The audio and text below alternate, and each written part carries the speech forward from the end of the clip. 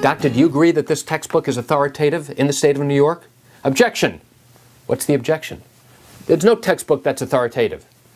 Counselor, the witness can answer the question. Doctor, again, would you agree that this textbook is authoritative in your particular field of medicine? Well, I don't know that it's necessarily authoritative. People refer to it. Doctor, do you have this textbook in your own library? Yes, I do. And doctor, if somebody came to you, a doctor or a doctor in training, and said, I'd like to learn more information about this, what textbook can you refer me to? You would have no hesitation referring them to this textbook because of the content that's contained in here. You rely on it yourself, true? Yes. And doctor, would you agree? Now, here's the twist.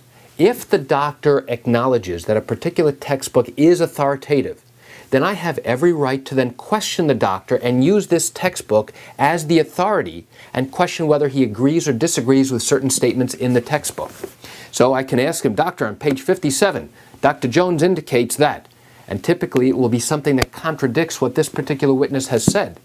And the reason why most doctors who get on the witness stand will not accept something as being authoritative is because they don't want to be locked into a box that they can't get out of. And they don't want to acknowledge that something is authoritative, even though they may regularly rely on that particular textbook and the content inside of it. Even though they may keep that textbook in their library and refer other doctors and doctors in training to that particular textbook for information. So does that really make sense?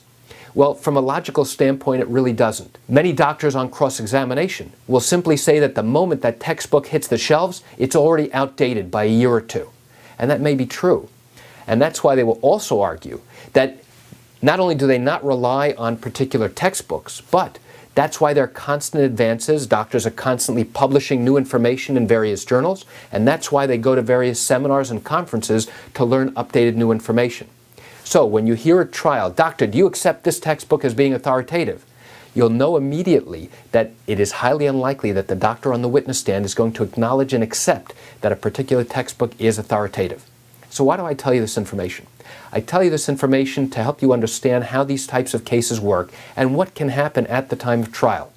And if you have legal questions about your particular matter, you're thinking about bringing a case, what I encourage you to do is pick up the phone and call me.